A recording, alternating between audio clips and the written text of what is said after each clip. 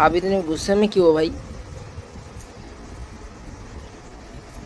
आज नहीं, काल दीदी के घर जाओगे तो आज क्या क्या चीजें खरीदने जाओगे?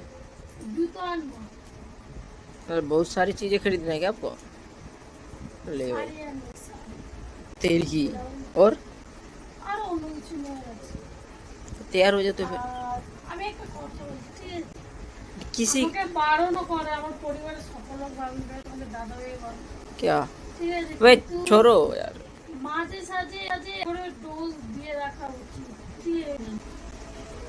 बहुत ही ज्यादा गर्म हो रही है क्या शरीर में? बोलकर क्या फायदा है, लोगों को बोलो, कुछ मिलेंगे आपको।